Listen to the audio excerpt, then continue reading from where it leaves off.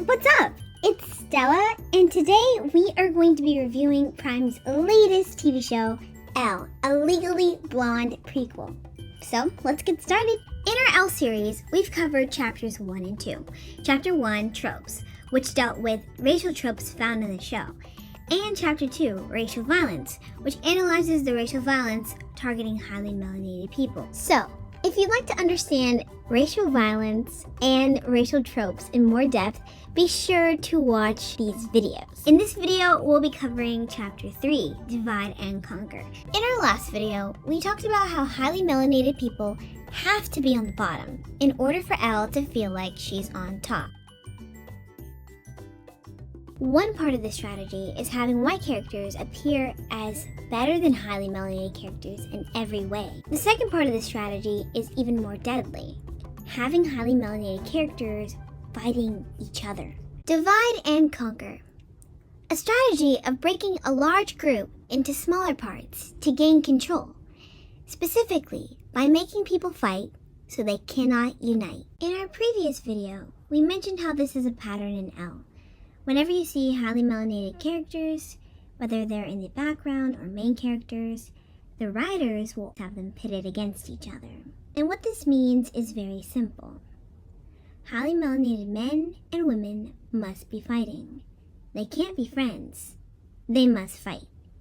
They can't be attracted to one another.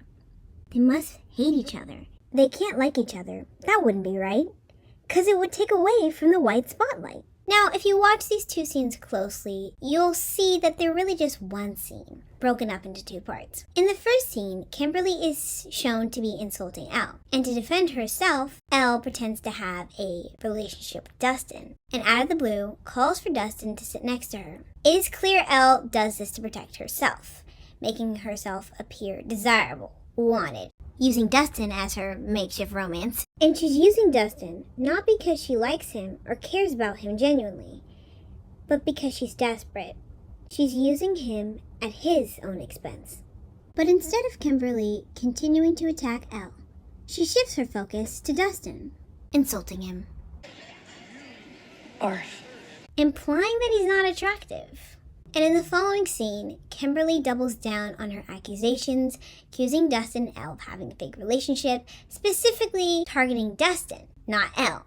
Basically implying that he's not good enough for Elle. Elle is a social climber who thinks she can skip a few rungs, and you're the one she's currently standing on, FYI. What this is really showing is that highly melanated females aren't attracted to highly melanated men, and that's normal. In response, Dustin says that Elle is attractive and cute, not because of her character traits or that she's his type, but she's attractive because she's white. I know, crazy, right? To only like someone because of what they look like, and not to like someone because of stereotypes. But heck, I digress. Let's see what the show does next. In response, Dustin finally says, maybe if you weren't so mean, you'd have a boyfriend too. Maybe if you were a little less mean, you'd have a boyfriend too. Wait, does that sound familiar? If you said the angry black female trope, you'd be correct. The writers are doubling down on the angry black female trope.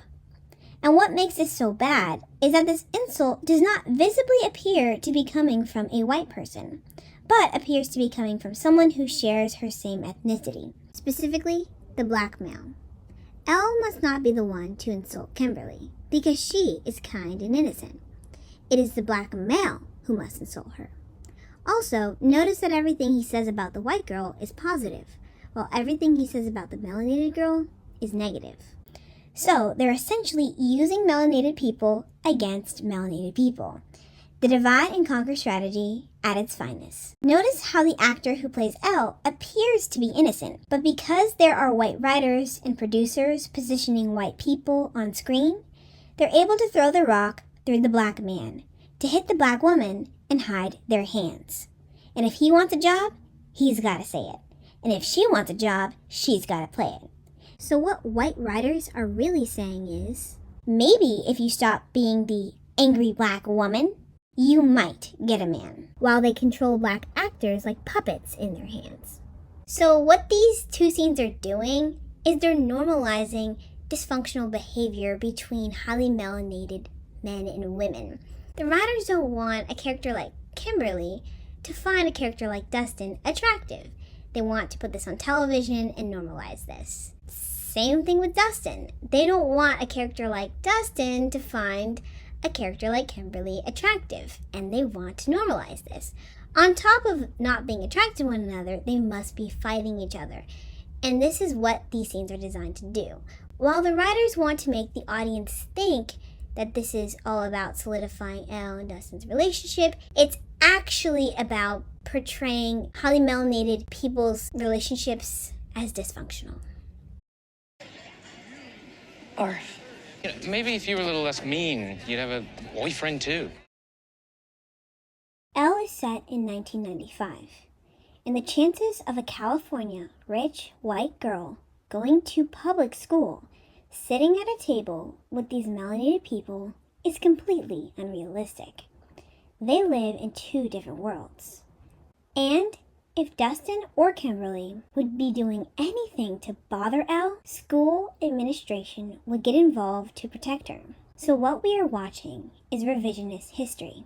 And these writers are advancing an agenda to influence the youth of today. Media is a weapon used to influence the masses. What you watch influences who you are and who you believe other people are. So, if the media is telling you that melanated women are angry and incompetent, high maintenance and undateable, you'll believe it.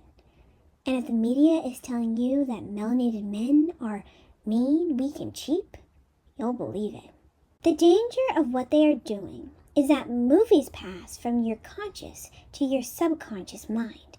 And many of us don't even know that we are believing what we have been programmed to believe through these fictional characters.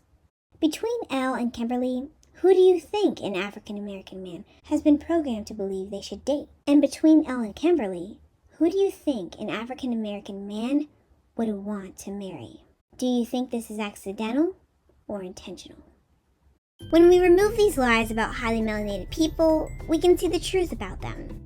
The highly melanated people are attracted to each other naturally, but major media companies don't want this, nor want to see it continue. But just think, if you know who you are, how attractive you are, and how attractive your people are, you begin to understand the power you hold and what you can do.